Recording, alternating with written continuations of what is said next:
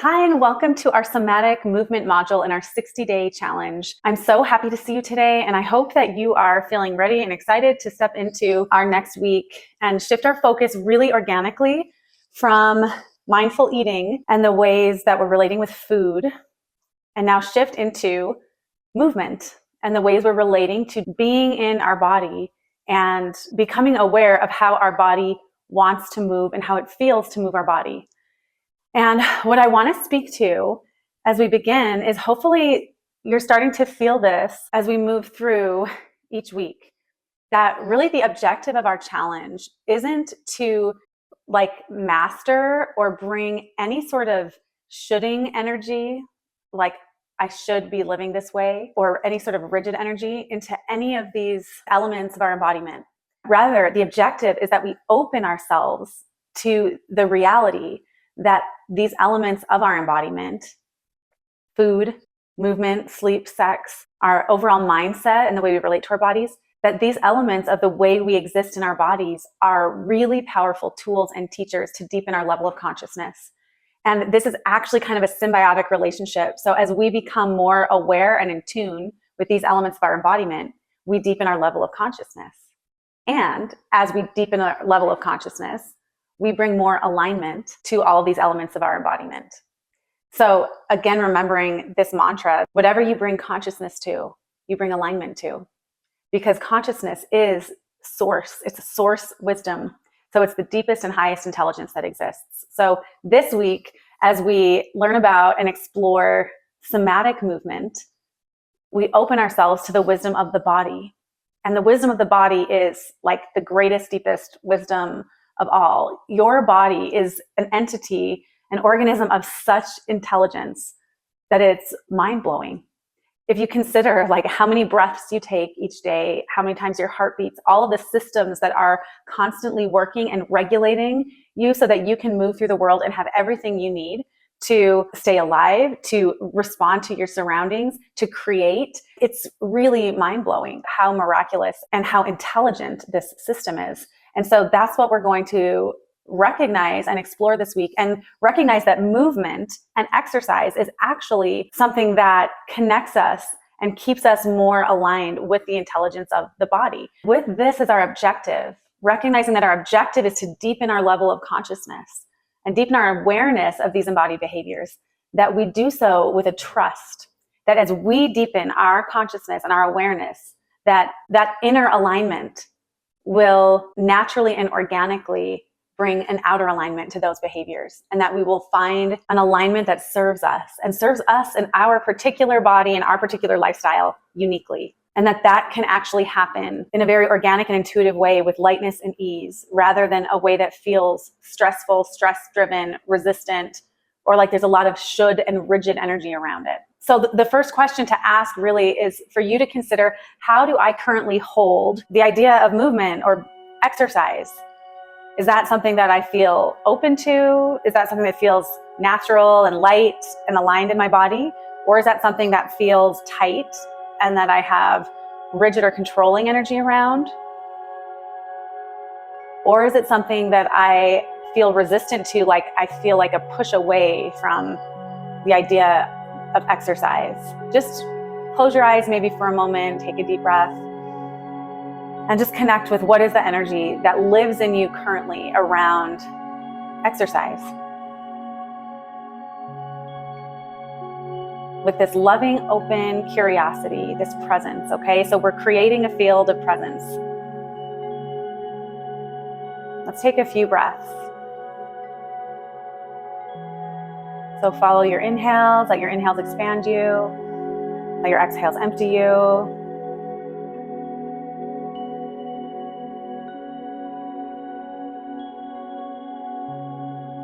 See if maybe it feels nice to make a constriction in the throat on your exhale. That's ujjayi or yoga breath. It creates a hushing sensation and a hushing sound that can help activate the relaxation response in the brain. And it can give your awareness a place to anchor. So following the sound of that exhale. Maybe see if you can feel your feet on the ground, the energy of your feet. That's inner body energy, right? Last week, we really focused on the inner body energy, the felt sense and the sensations that we feel as we engage with food. We played around with belly awareness, so just recognizing that we can feel a sensation or an inner body intelligence through the belly.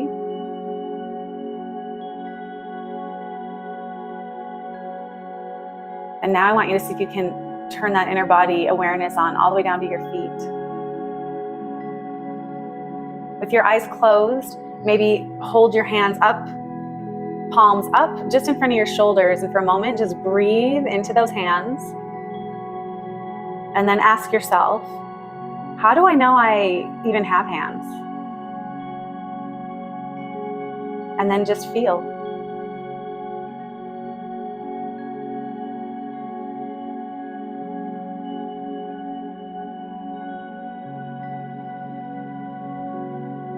That inner body aliveness, it feels like a hum, a vibration, it's a frequency. And it's more than a frequency or a buzzing, it's a form of intelligence.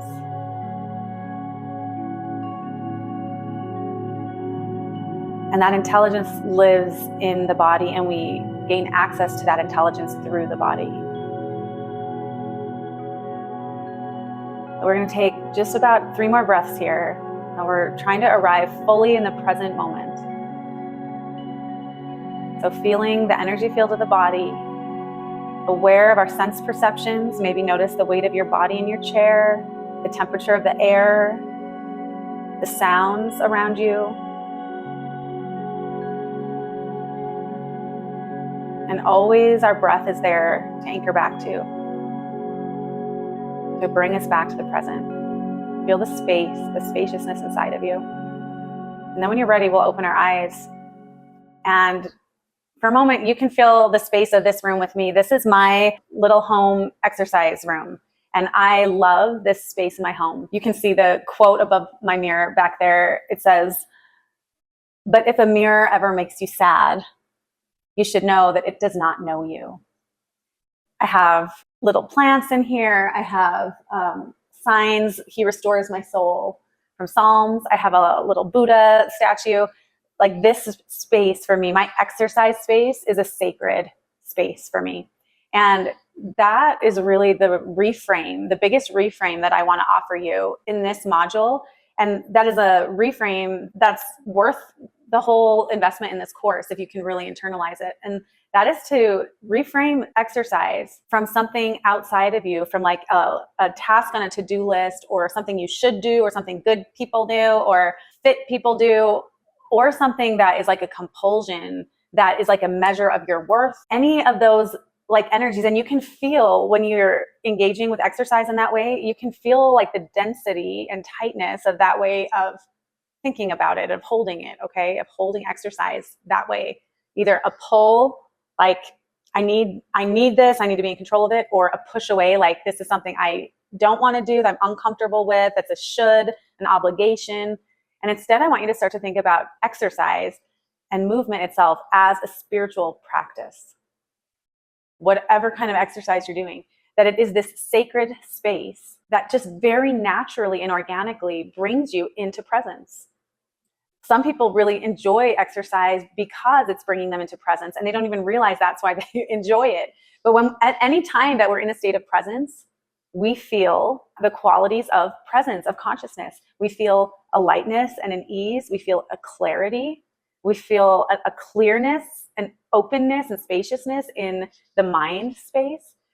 We feel like there's just a natural energy flow. The yogis would call that Shakti. It's the natural energy flow of the life source that lives inside all of us, that's always there, but that we block out with our mental noise, our mental fear, our mental grasping, our mental chatter, and the compulsions that pull us into the next moment, the next moment, the next moment, the treadmill of life. That's our lowest brain network. It's called the default network. And that just kind of pulls us into this kind of hypnotic state of moving through life. Or the other lower brain network, which is the dorsal attention network, which is the network that keeps us safe under threat. So these two networks kind of create this haze, this background static of moving through life like you're under hypnosis, like you're there, but you're never really there. You're always away. And exercise, because it brings us into the body, it is this beautiful opportunity to create and find a natural and organic presence that comes just by being in the body. That doesn't mean every time we exercise, we're present. Plenty of people go running, and the whole time they're running, they're in their head telling a story. Okay. So that's not presence.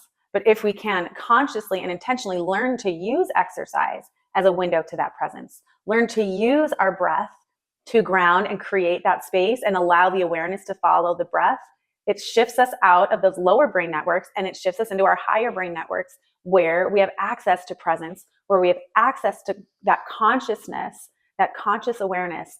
And suddenly here we are on a higher plane, and we've disrupted the neural pathways of that lower brain. Exercise is able to do that for us. So I want you to think about exercise as a spiritual practice. So to do that, we're going to apply the principle and concept of somatic movement to all kinds of exercise. Somatic movement is simply any kind of movement where we're more focused on the internal experience of the movement rather than the external experience or the external outcome of the movement. So that means as I'm walking in my body, I'm really focusing on what it feels like to breathe and to move, to feel my feet stepping on the ground. And those of you who've done some of our guided walking meditations as part of this challenge, you'll recognize that, right? We're focusing and bringing our awareness to the internal experience of the body rather than walking and checking your watch for how many calories you've burned, okay? That's a possible boundary to hold for yourself or bottom line commitment. If you find yourself in a state of shoulding with exercise or feeling like it's an obligation, or else it's a place where you're looking for a sense of control and there's stress around it in your life, perhaps to not track your calorie burn might be a helpful boundary. I never, ever track my calorie burn because for me, that's something that just keeps me aligned with my intention of using exercise as my own spiritual practice and to have a freedom and a lightness in it and to engage in it, to feel the joy of being rather than to use it as a means to an end or looking for an outcome rather than being fully engaged in the experience itself. So somatic movement helps us recognize the internal experience of the movement, and we can apply somatic movement to any type of exercise. And so far in our challenge, you have been focused on a baseline commitment for exercise, and that could be anything. It could be your regular workout routine. It could be number of steps. It could be workout sessions. This week, I'm going to ask you to engage a little bit differently because I want you to just try some different ways of moving and using our resources here because they're specifically designed to help you use movement as a somatic practice. There's all sorts of different practices that you can engage in. There's yoga, Pilates, Tabata cardio workouts, and they all include either some kind of mindfulness connection and centering practice at the beginning or like some meditation space at the end. So your goal this week and your challenge this week is to engage with one of our 20-minute movement practices every day, okay? And then you can continue to use those if they serve you. If not, that's great as well, but you've had that experience, and just doing those videos is going to give you more of a sense of how you can bring more somatic awareness to the workouts that you already do, to the movement that you already do, and make any kind of movement a spiritual practice, to bring that intention to it and have the ability and the tools in your toolkit to know how to do that, okay? And I'll share it with you just briefly how this shift really happened for me. And I shared some of that backstory in our last module around mindful eating, but I struggled with disordered eating from my late teens and then throughout all my 20s and my early 30s. And I had started teaching group exercise classes and certified to be a group exercise instructor when I started having babies. And when I look back at the motivation for that decision in my life, I definitely can recognize that there was some like fear-driven motivation behind that decision. The idea that if I'm teaching fitness, then that's a way to make sure that I control my weight. And that doesn't mean that I didn't love teaching those classes. I always loved teaching those classes. And that doesn't mean that I didn't experience joy and a lot of benefit from teaching those classes and from that movement. I absolutely did. I loved it always.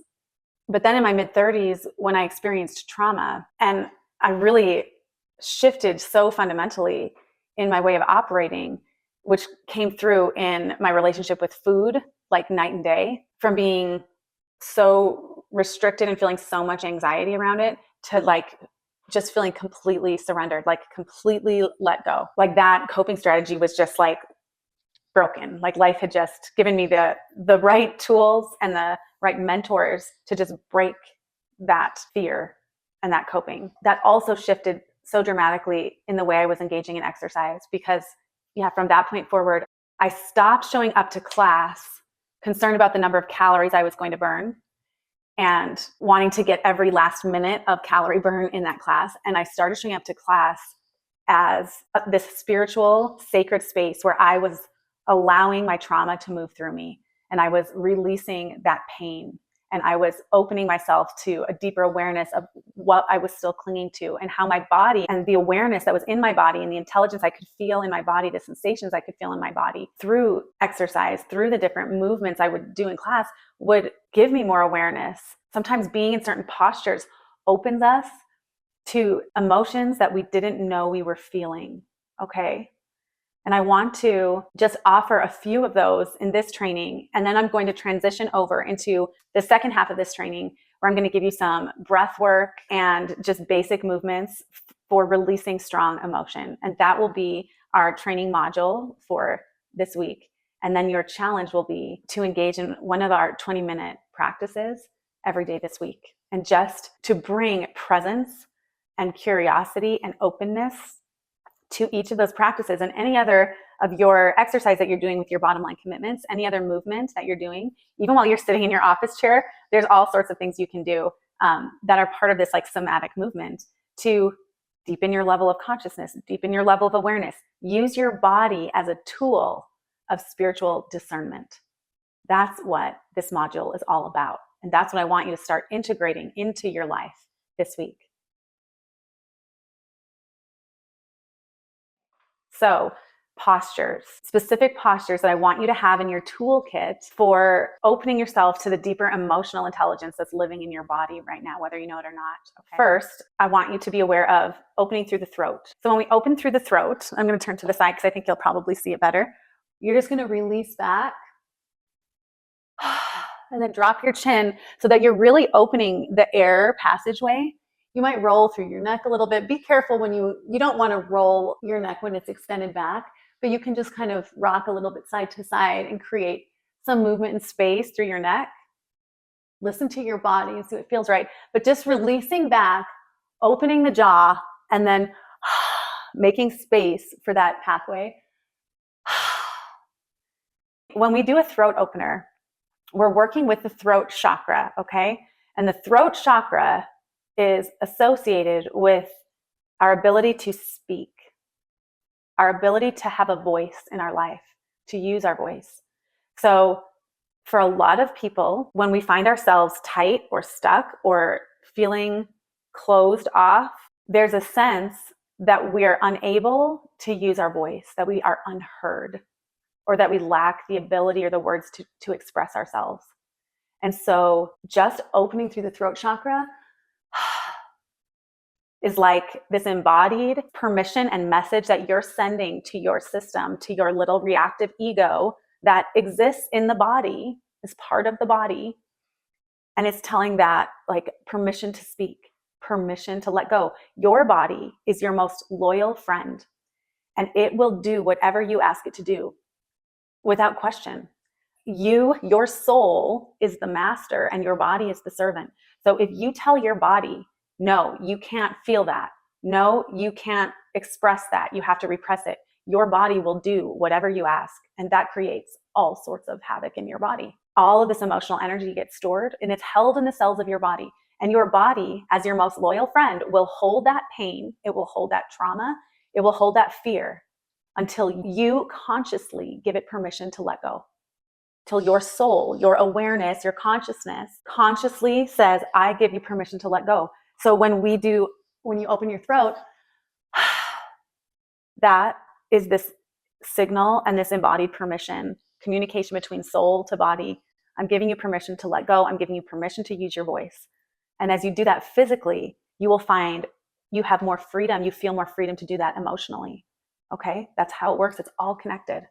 I want to give you one more little tip on that throat opener. So maybe clasp your hands behind your back, pull your knuckles down, and then release the head back.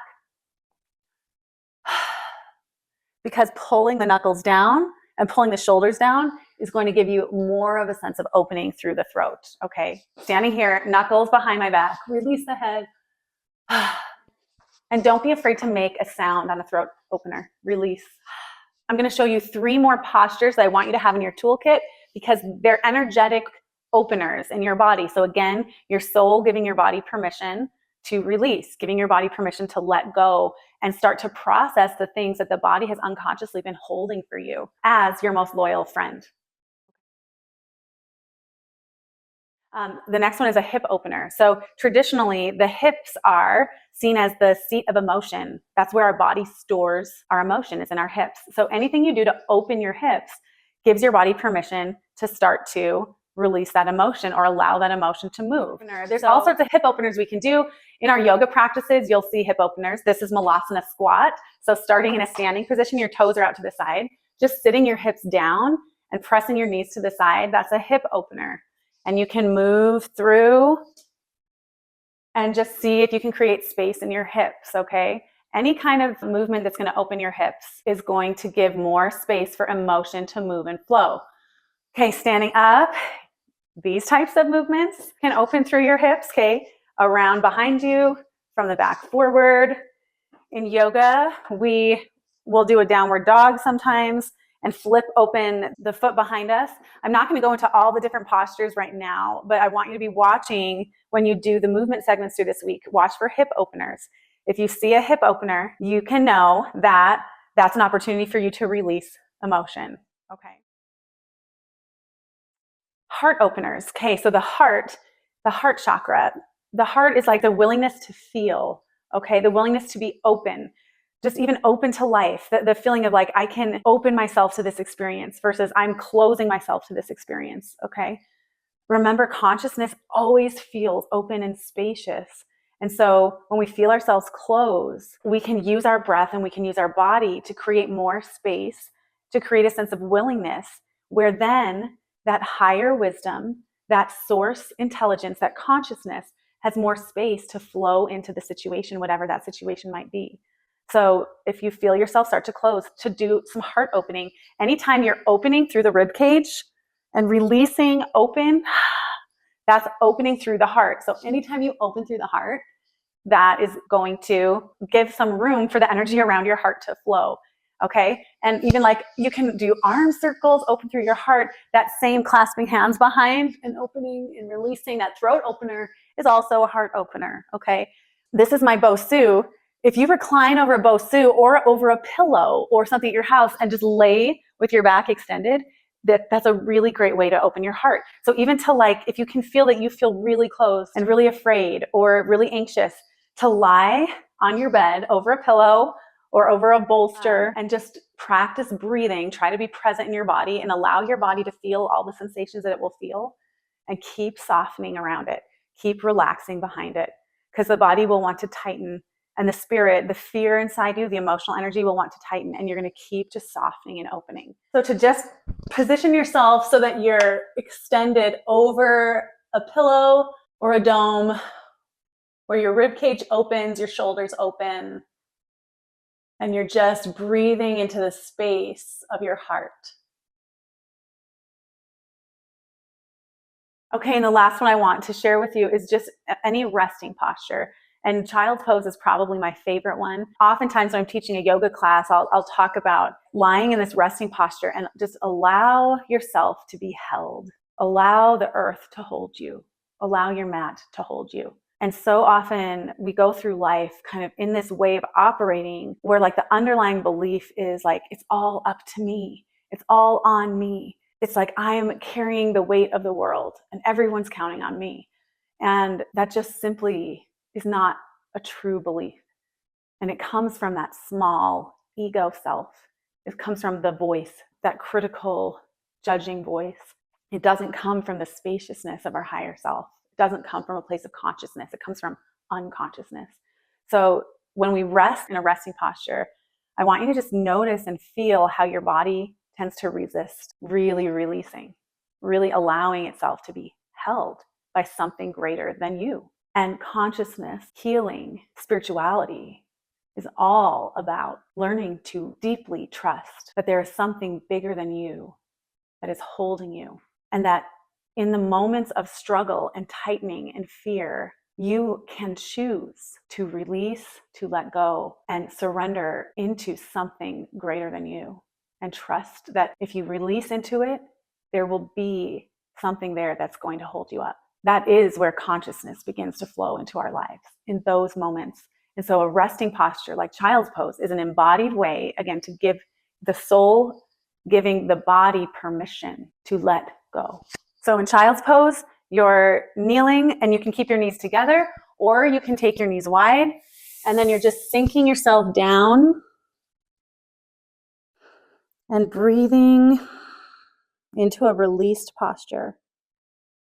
And with each breath, you're going to become more aware of the places your body's still kind of tensing and trying to hold you up.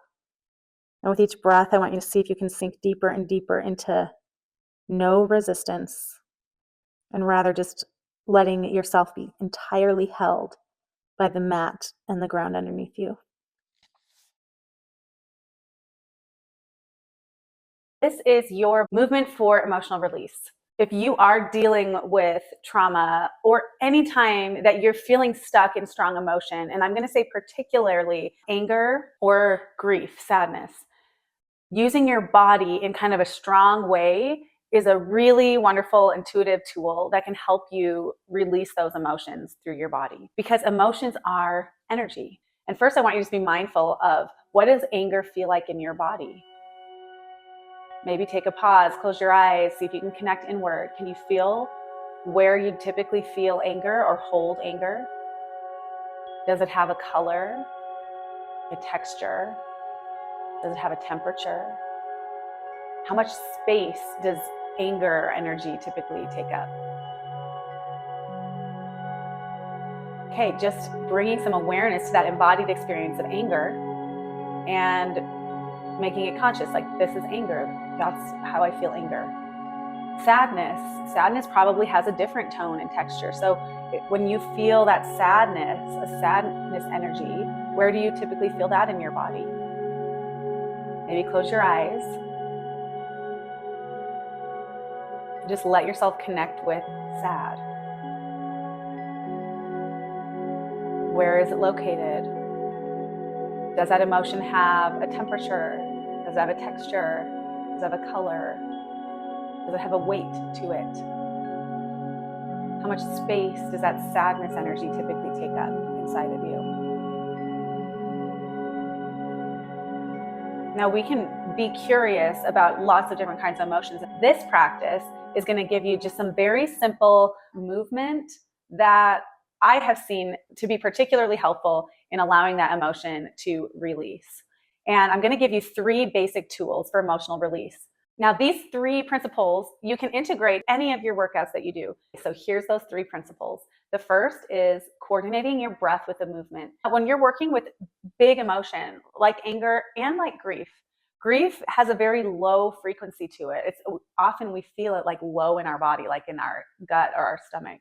And there's usually like a heaviness and a weight. So it's going to be a low frequency, but it's still, to release and express that kind of emotion, it often requires strong movement and really intentional release. You want your breath to be an expression, like an organic expression of the movement that you're doing. Always recognize your breath is the bridge between the spiritual dimension of who you are and the physical dimension of who you are. So throughout the movements I give you, we're going to coordinate the breath, and I want you to make your breath as big as you can. So inhale through your nose. Okay, inhale through your nose.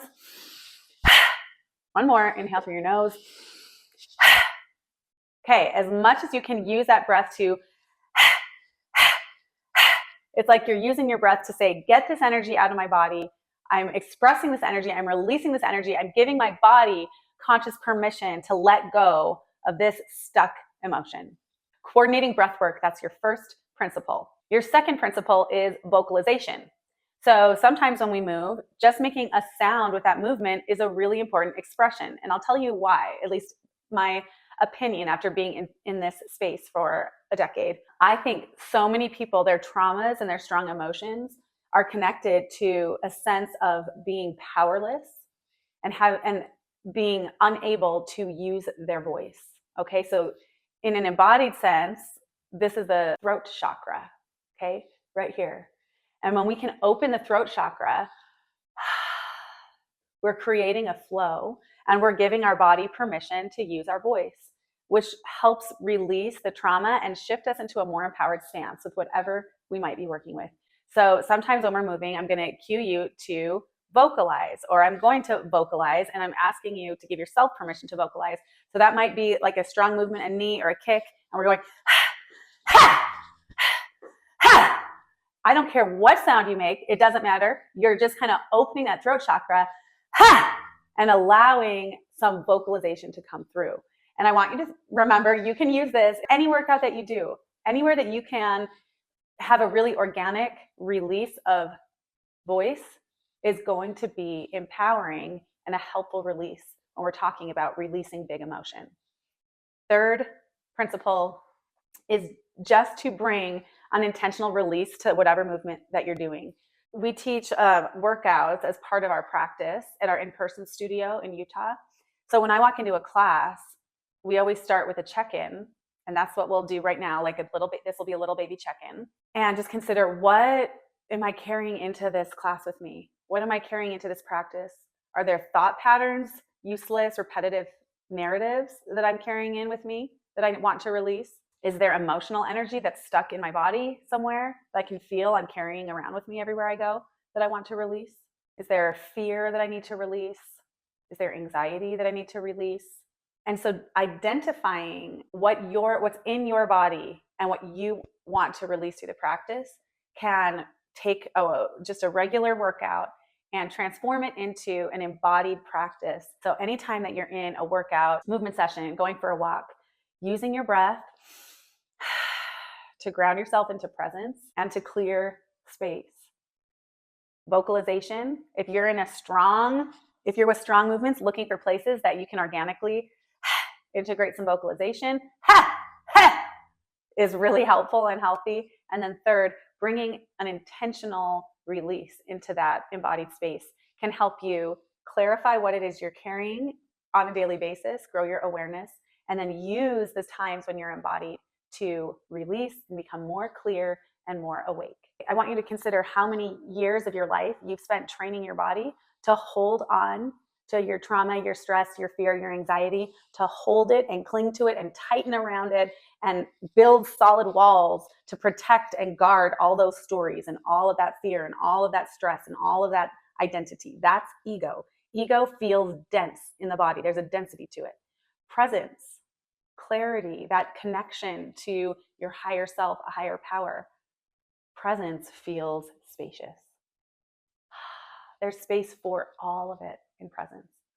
So just remember, as many years and as many moments as you've trained yourself to tighten and get more solid and dense, it's going to take the same kind of repetition and practice to retrain your neural pathways to engage with the world from this place of openness and release and permission to express, to allow experience to move through you and be felt, and then release it, allow it to pass through. That is so much the practice of what we do here. And embodiment is so much a part of how that actually is able to happen in our daily living. Okay, let's move. Okay, we're going to start just down on the ground with some breath work that is from the yoga tradition. And the first thing I want to teach you is Ujjayi breath. So Ujjayi breath is the breath we use in yoga. Ujjayi is a Sanskrit word that means victorious over thought. So this breath helps us to be victorious over that incessant thinking mind, and it draws our attention down into the body, and that's where we connect with presence, where we connect with that higher part of who we are as the watcher or the one who sees. It's called the present centered network in our brain. So Ujjayi breath, we take a deep inhale through the nose. And this first one, I want you to put your hand out and I want you to pretend like you're trying to fog a mirror. So inhaling through the nose and then,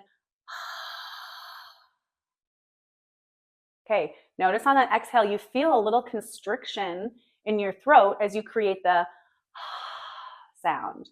Okay, so I want you to create that same feeling in your throat, but we're going to keep our lips closed. And that's Ujjayi breath. So we're going to inhale through the nose and then exhale, lips closed, this light constrictor in the throat.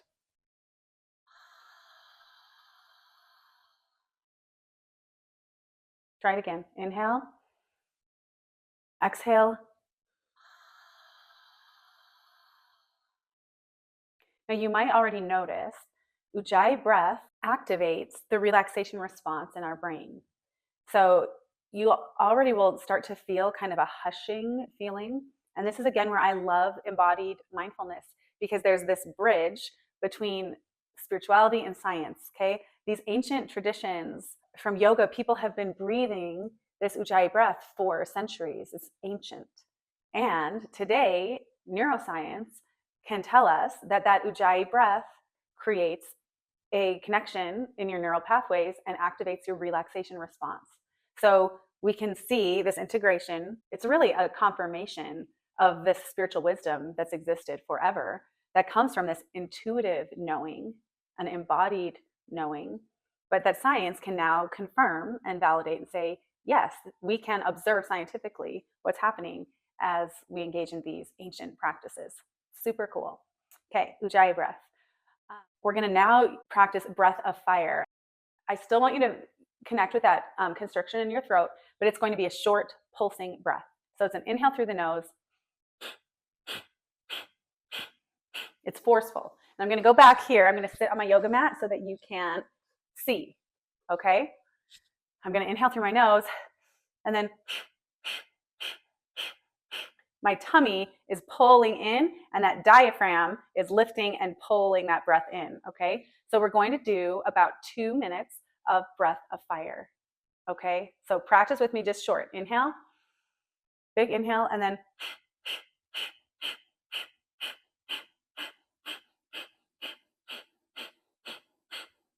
okay, that was just short. Hands are going to be on your knees. Spine is tall. Feel your sits bones. And this is a breath that's designed to clear out that mental space and help you release strong emotion, okay? So use your hands softly on your knees to support your body, because your body is working here. And we're going to inhale, prepare, breath of fire.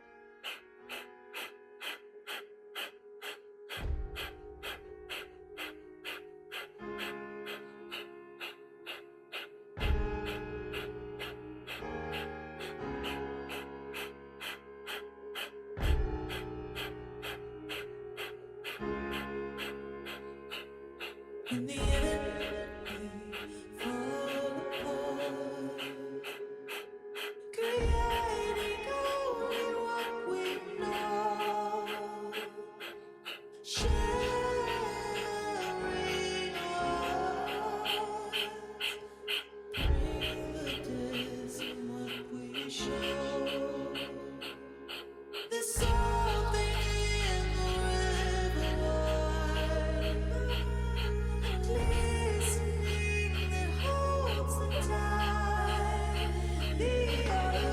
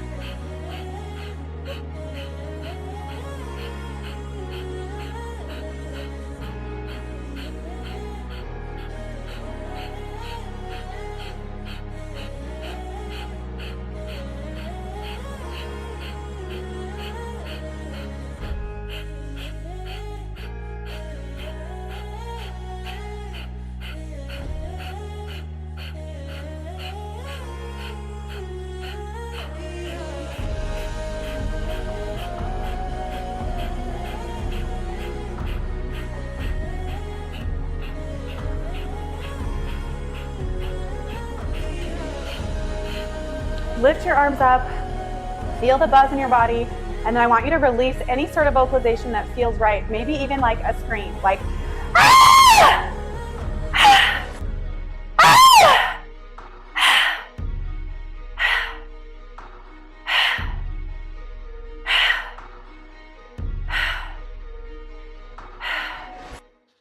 Shake out your hands. Twist your body.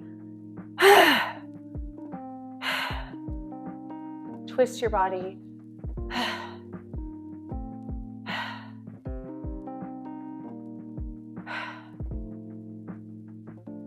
Okay, feel your whole body tingling. You're definitely cultivating some inner body energy, and give it some space to release. Again, shaking out. Okay, we're gonna do one more exercise down on the ground, and then we'll be doing standing work. Okay, so for this one, we're just working with elbow plank. And what I want you to do is when you get into elbow plank, so elbow plank, elbows are locked in underneath your shoulders, okay? So this is what it looks like from the front. And then if I anchor myself in, elbows are right here. And then I'm just gonna find this plank. And I want you to feel with your elbows locked in, don't let your elbows cheat out, everything feeling tight. And I want you to just feel the embodied sense of when you're holding things in, when you're repressing emotion, when you're trying to shove things down that don't fit, how this posture can really embody that. And I want you to allow that tightening. Remember that ego, the personal self, the emotional field, there's a density to it. There's a tightness, a constricting nature to that part of us. And when we're in that space, so I want you to feel how tight and dense it is when you're locked into that posture, and let yourself feel shaky, let yourself feel that tightness, and then we're gonna release and temper tantrum on the mat, okay? We're gonna do a few reps of this. So first, finding yourself on your mat, elbows lock underneath your shoulders, tuck your toes, find yourself in plank, and breathe. Just breathe. Careful with your hips. Keep your hips aligned with the rest of your body. So you want to feel like there's a long line of energy from the top of your head all the way down through your heels.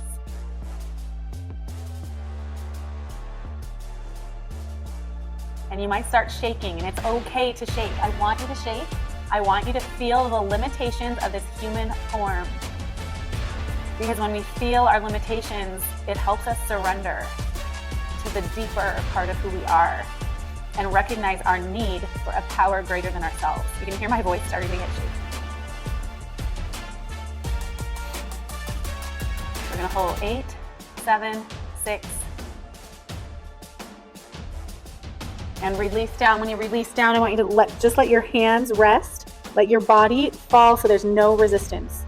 And now I want you to just give yourself permission to temper tantrum a little bit. So kick your feet against the floor and use your breath. Okay, now take your hands, make them into fists again. Lower your body down so you're tight in your upper body, and I want you to temper tantrum again.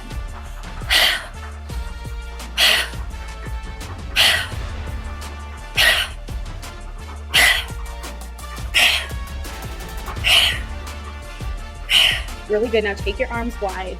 Roll back into your shoulder and let your body rest.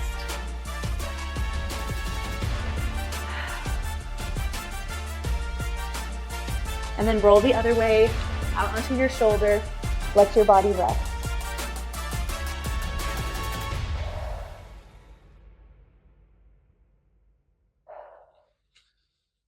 When you're working out in any setting, when you're playing with the limits of your physical strength, and you can feel your body tighten and shake, that is a beautiful place to practice surrender, to allow that feeling of being on your edge, to allow that emotion to erupt, to release, and allow yourself to feel your need for something higher than yourself, and make that a spiritual surrender.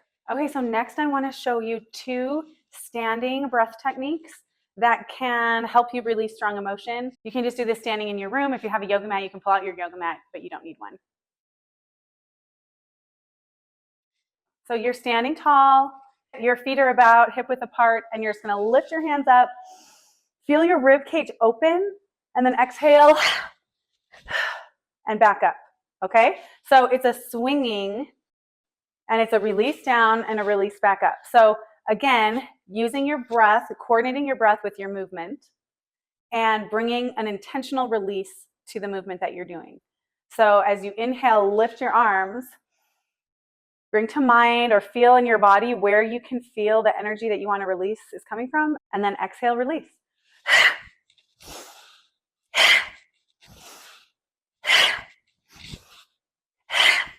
Two more.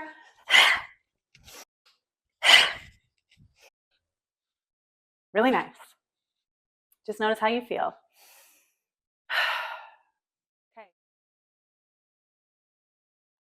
Okay, we're going to take another breath work exercise. This is more yoga. You'll probably see me do this in our live yoga practices from time to time. You're in a squat position, your toes are out to the side and your hips are just sitting here. So I want you to feel the weight of your body, your legs, feel your legs holding your body up.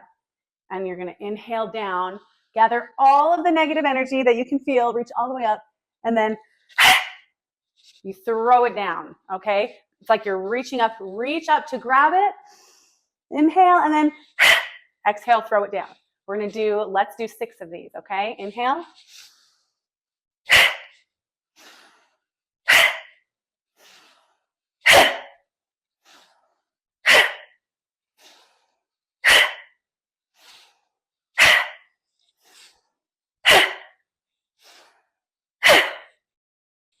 Shake that out.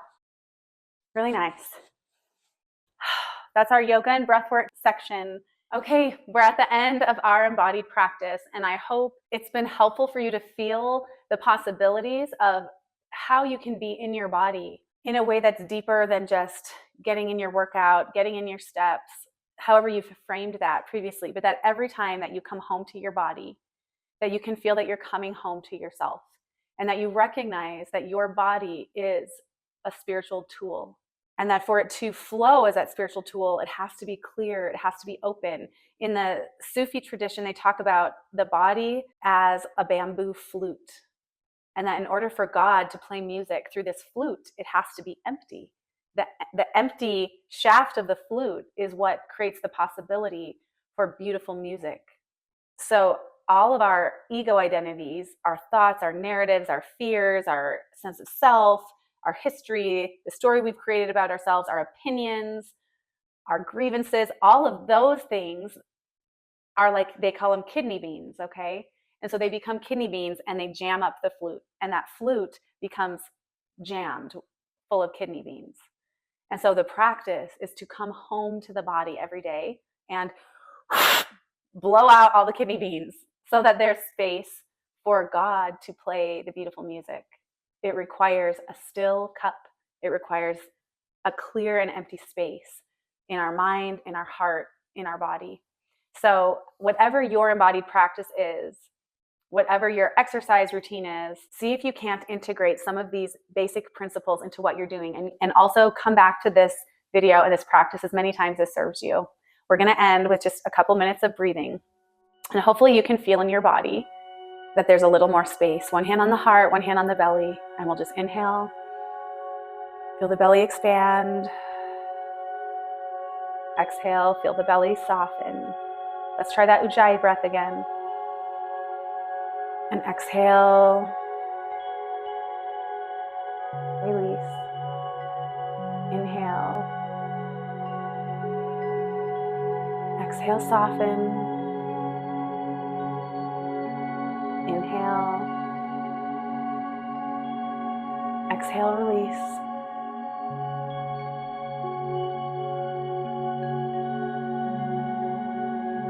With your last breaths, drawing your attention to the energy field of the body, recognizing what thoughts, narratives, or emotions might still feel sticky, and allowing them to be just as they are. Knowing that the way we are able to remove those kidney beans isn't by pushing them away or trying to force them out, but rather it's by softening and allowing them to be. Because as we release our resistance, all of those thoughts and emotions pass through like a cloud in the sky. And if we keep coming back to the breath, the inner body, the present moment, we will find a clear blue sky underneath where we can meet the next moment, which will always be this moment, and become aware of just our next right step. This is the path. Okay, you're ready to move into this module. And I love this module because this connection with your body is one of the most important pieces in deepening your level of consciousness. And so many people miss this piece. They don't realize how interconnected their body is with their spirituality, with their sense of well-being on a day-to-day basis, with the clarity they're looking for. It's not here. You're never going to figure things out so well that it makes perfect sense here in a way that's going to stay clear. The only place where clarity will ever be found really is in presence, in the field of presence. And that is something that you'll experience through your body.